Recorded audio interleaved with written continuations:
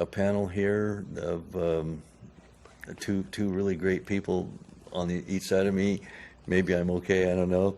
But anyway, we have Katherine Duran, who's a dedicated mother, a homeschooling mom, and a crusader for liberty of the people. We have Mr. Arthur Ringwalt here, who is also a crusader for the people. He's an educator, a gentleman that knows about the Constitution, and he's a tax man, or a tax preparing man. And my name is Mike Giles. I'm an awakened former California Democrat, now Libertarian, and I'm also working in education with wonderful, wonderful teachers of all political persuasions, and we're reveling in the beauty of the human race. One of the things we would like to talk about is what's the legitimate function of the government.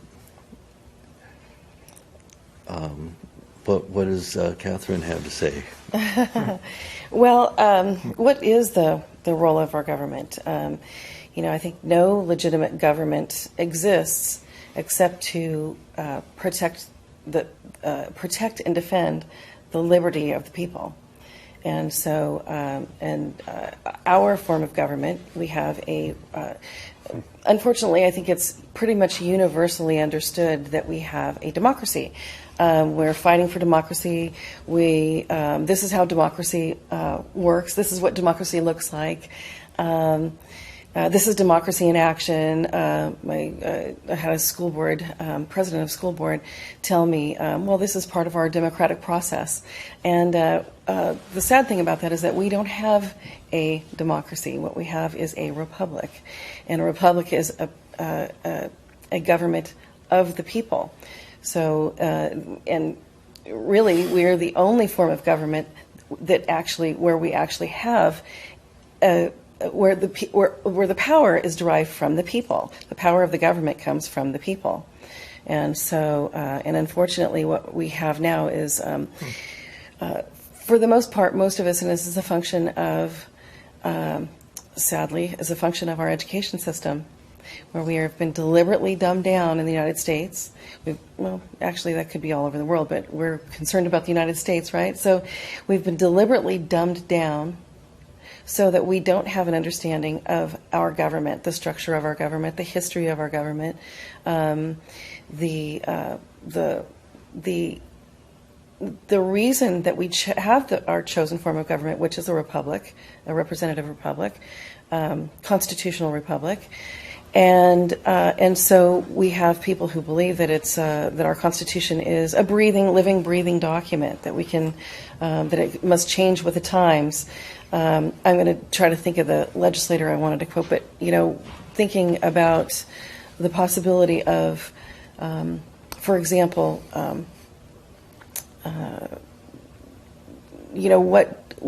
how does the First Amendment apply to modern day journalists? What is an actual journalist? What is a journalist? What constitutes a reporter, or for Second Amendment, or for First Amendment protection, supposed protection, and that we have to consider modern day issues like the internet and social media. And and we have to fit that within a 200-and-something-year-old document. But the truth of the matter is that it applies. And hey, if I say I'm a journalist, I am a journalist, and I'm protected whether I'm a journalist or not. I have certain unalienable rights. So the government our government, unfortunately, has learned that unfortunately, I hate to say ignorant, but I think that I can safely say ignorant. We are ignorant. I am one of them. So yeah, well, I have. In any case, so what I'm getting at is that we have a government that is out of control at every level. And the role of our government, like I said, is to protect the liberty of the people, to protect the blessings of liberty of the people at every level. And unfortunately, what we have now is a government that has risen itself above the people, and the people, and we, the people, have actually are looking up at our government, and we are treating them pretty much as a kingdom. And unfortunately, that's what we got.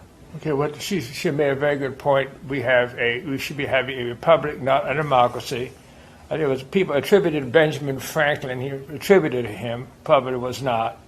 Said that a democracy is like having two wolves and a lamb deciding what's for dinner. That's for right. dinner. Right. That was about she attributed to Benjamin Franklin. He probably didn't say that.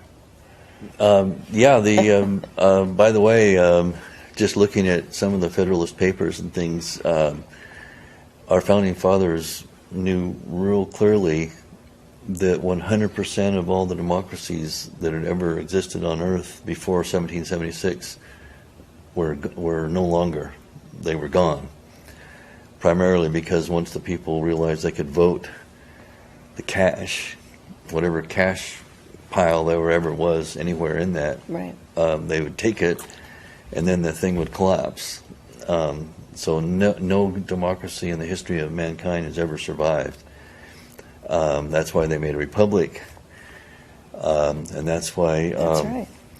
Benjamin Franklin is quoted as saying, after they created the Constitution, when Mrs. Powell asked, "What have you created, or what have you wrought?"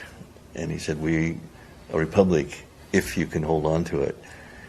Right. Because it's not easy. I mean, they had learned through about 100 years of growing up, 2 or 3 generations under the British rule, some of these hard lessons that modern day Americans seem to have forgotten. The big truth is you have to have responsibility, not just freedom. I mean, you can have the freedom, but if you're not responsible, you're going to lose it. That's right. Okay, now, some people think that the main function, what's the main function of government? According to Frederick Bastiat, Bastiat, who is Frenchman in the 19th century, he wrote a book called The Law, and you probably can download it from the internet. Last name is Bastiat. He said the two main functions of government is to prevent force and prevent fraud, and that's all. Again, and even before then, another function of our, I was going to want to mention another function of our Constitution is to protect what's in the Bill of Rights. And the Bill of Rights are basic freedoms that no government can take away if we're going to remain in a free state. So among these basic freedoms is number one, of course, the First Amendment of religion, speech, religion, speech. If religion. Okay, now the second, of course, the Second Amendment. We know about the Second Amendment. Third Amendment is quartering troops, which he actually did do in the British Civil War back in the 17th century. So that was important. Fourth Amendment states that we cannot, you cannot look at somebody's house or somebody's property. You got to have a warrant from a judge before you inspect somebody's house. You got to have a reason why. You got to have a reason why. The proper address of the house and what you're looking for in the house, and only that. You can't use it for anything else. And of course, we have the Fifth Amendment, which is a whole bunch of stuff. One of them is that we have a right. This is based on natural rights again. Is we have a right to life, liberty, and property. And property is a very important right. And again, that's in the Fifth Amendment. The Fifth Amendment to the Eighth Amendment, that's also called the jury amendments.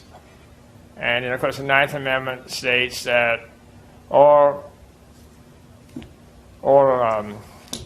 anything that's not state belonging to the federal government or prohibited to the states belongs to the states or the people. I think that's the 10th Amendment. The Ninth Amendment is that. Sorry, that's the 10th Amendment. The Ninth Amendment is that there might be other, as I understand it, might be other rights than what's in the Bill of Rights. But anyway, that's the Ninth Amendment. So that we want to cover. So they want to cover their grounds in case they forgot anything. That's why they need the Ninth Amendment. And the Tenth Amendment is all power not delegated to the federal government, nor prohibited by the states, belongs to the states and the people.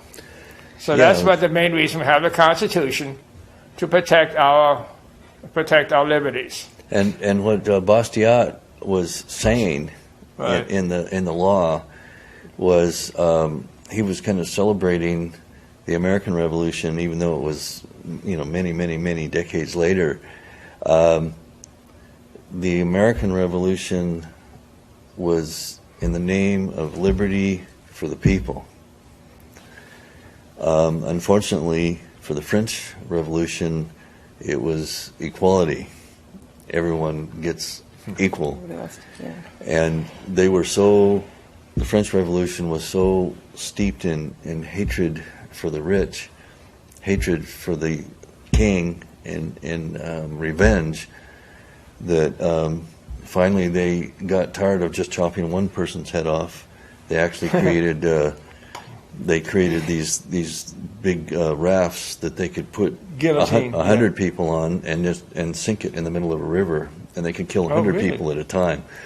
And then that created just general chaos and just general death. And then finally, Napoleon Bonaparte had to come in and take over, and then he led the French into these violent wars and did a lot of damage all around in France and otherwise.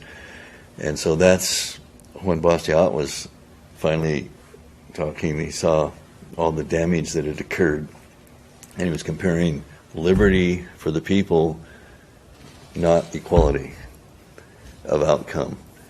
And then enough equality will occur just by liberty to satisfy a decent human life on earth, spiritually with God and everything else. That's right. So Bastiat, again in college, no one ever told me about Bastiat. Nobody ever told me about Bastiat either. I didn't know about Bastiat until I was 50. Yeah. And 50 years. So anyway, I've been talking long enough. I think the Ninth Amendment is very important. It lays out that the rights that we have, the rights in the Bill of Rights, are not our only rights. That our rights are infinite, and that just because they're written down, we're not limited to those, just the ones that are written down. It extends to pretty much everything. So it's extremely important. It's unfortunate that we have a government that, I like to say that I'm not mad at the government. I will make the statement that the government is out of control at every single level. I mean, from the executive branch all the way down to, our local school boards and, water districts. Every level of government. And we have, now what we have is we are a representative government. We have representatives, and then all of a sudden, in the last 30 years or so, we have unelected, appointed, unelected governments, NGOs, where we have absolutely no control. We have no representation. We have no voice in that in those. So. So completely out of control. But I like to say that I'm not angry. I'm not mad at the government for getting out of control, and I'm not mad at the people because once again we've been effectively dumbed down over the last 135 years or so, and but. Now that we have an awakening, we have a bit of an awakening. I think it's pretty obvious with sort of the phenomenon of a Donald Trump. People are starting to get on board with Donald Trump because he's saying things he's speaking the language of liberty. He doesn't get it always right. He doesn't get it all right at all. But it does more so, and he is not fearing what the establishment is going to say or what they think. He's just saying it like it is. we think. Yeah. But I'm not mad at the people, and I'm not mad at the government. The government is only doing what governments do. They grow themselves out of control. It is their only wish to grow themselves bigger and badder and more powerful, and to steal the power from the people. If you read Article 1, Section 8, this is going to shock a lot of people. Read Article 1, I believe it's Section 8 of the Constitution. It tells you it's 13 powers of Congress. Congress can only do those things. Right, right. That was when they wrote the Constitution, but Right. that's been ignored. But I think it's Article 1. I know it's Article 1. I believe it's Section 8. I have to go. Yeah, you have referred to the media, and one of the realities that is in the media is this word political correctness. That's actually a creation of Joseph Stalin. That's right. He initiated that because they couldn't have anybody speaking outside of political correctness. And at the worst of his, besides the mass murder of millions and millions and millions of Russians, Ukrainians, and everyone else, when he spoke, everybody had to stand and clap. And the first person that stopped clapping was arrested. And so you had to be very politically correct, not be arrested in those days. Right. And so the media is creating this almost this growing, kind of nurturing into reality. What the media is creating is political correctness, so people are afraid to even think outside of the box, Right. so to speak. Correct. And I remember, And that's, you're exactly right. It's the thought police. Yeah, absolutely. We have a crazy complicit media that will not report the truth, will not report the important things, and will Report trivia. report trivia, Oh, yeah. and then hone in on the hot button items. So there's a shooting. Oh, shooting! That's shooting. That's a big thing to report. That's right. It's real It doesn't matter. I mean, you don't never report about how many people get killed by bombings in Syria and Iraq, but you hear about shooting of. They say a lot about shooting of 14 people in San Bernardino. yeah, Right. and there's a city in northern England. I don't think I can recall the exact name, Rockford or something like that. That's not really the name, but they went 16 years of having girls being kind of abducted and I heard about that. I can't remember its name. I couldn't recognize the name, but I did read about that. Yeah, so the media didn't ever report it because it was politically incorrect. It was politically incorrect to describe that a certain group There of you people, criminals, whether they're criminals or not, were abducting and raping their high school girls because it just was okay, I guess. There's too much political power at stake. It's like a can of, not just a can of worms, but a giant can of worms. Right. Yeah.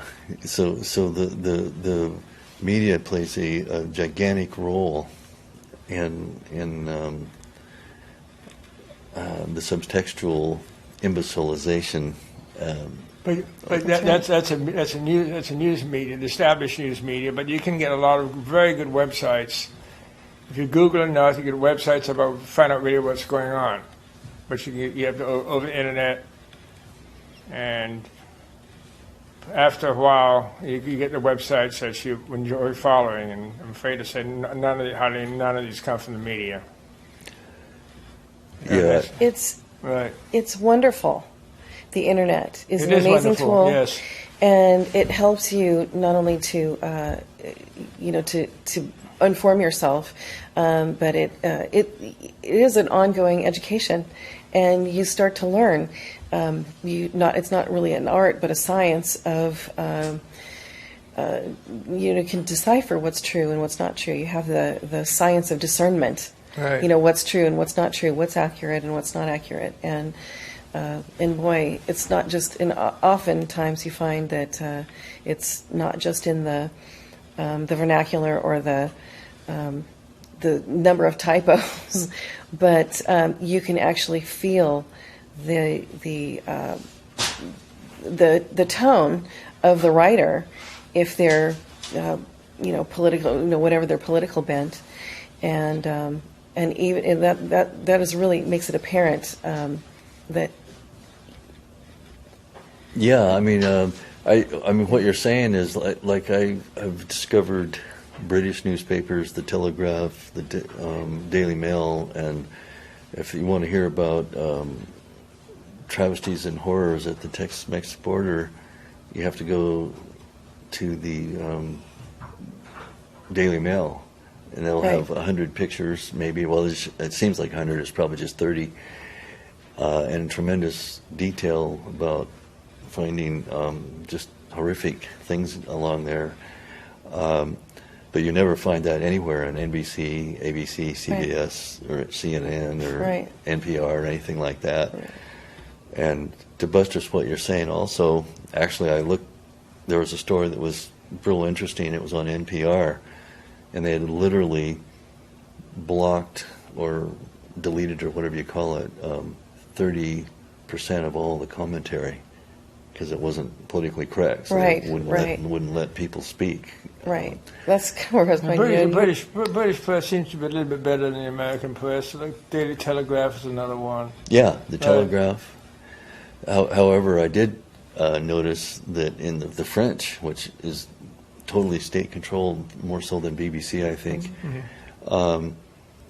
they had their main weather guy that had been their, weather scientist, meteorologist, and he wrote a book saying that all this stuff about global warming wasn't true. Good for him. And then they instantly fired him. Well, he'd probably get a job somewhere else. Yeah, they threw him right out because he'd been there for 20 years or something like that. So there's politically correct manipulation of the news going on. That's kind of where I was going. That it makes it very apparent what a political bent that the media has. That it is so far off from what the majority of people believe and want, but we're buying it. We in masses. Unfortunately, I think that I don't know if it's the best. It's hard to say which is the best, but we have one supposedly fair and balanced news show or news station that is supposed. I mean, apparently it's the best. It's the best that you can get on television, and they're even horribly misleading this country. So the internet is great when you can get a full education on the internet, and a lot of times I think better, and I've heard other people say much smarter than I am, that they can get a better education just on the internet than they got on the university. And I'm not advocating that either, but self-guided education can be found on the internet. Well, I don't know why they keep doing this, because Sacramento Bee is losing money. Everybody knows that. Well, I think the New York Times, is losing money, but they keep doing this. I don't know why.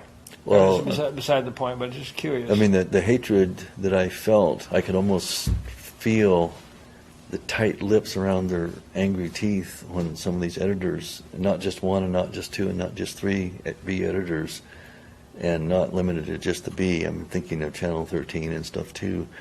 You can feel the hatred coming over the phone line, into your ear. I think that was it's amazing. That was one poll taken on journalists. I believe that 95% were Democrats and 5% were Republicans, or something like that.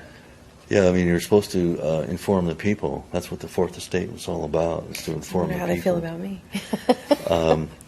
But I don't know. I just feel you have to just search for news wherever you can find it, and there's just tons of it around, like you say. But the internet gets a lot of sponsors, so they do get sponsors. Some of these shows, such as Infowars.com, oh yeah, but they get sponsors. Well, some of that stuff, I mean, you take a little bit of all of it and put it together, because I wouldn't want to just stick with one and say that's the one or Right. anything. But informing the people is the critical, important thing that the media is supposed to do. And in my opinion, it's kind of en masse not doing it. And they're leaning Absolutely. very much in one political The direction. Drudge Report gets a lot of sponsors. Yeah. Yeah.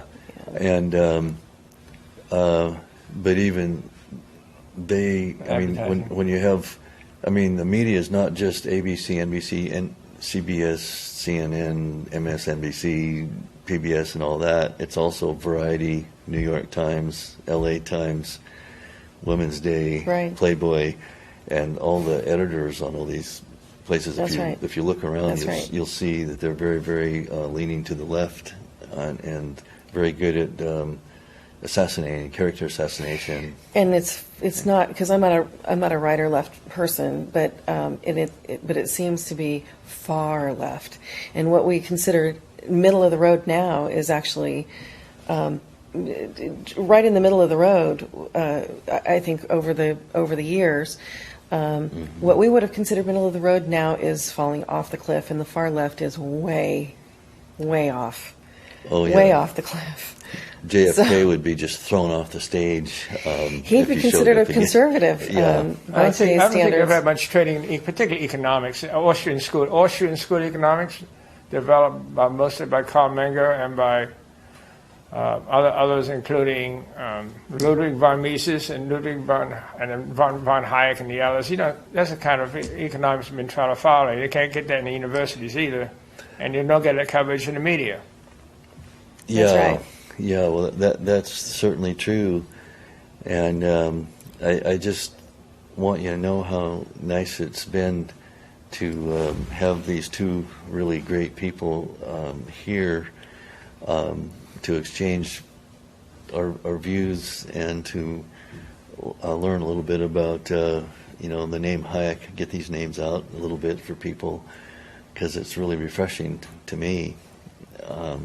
To be able to hear the intellectual powerhouses that are out there in the common world that aren't some sort of elevated academia high place.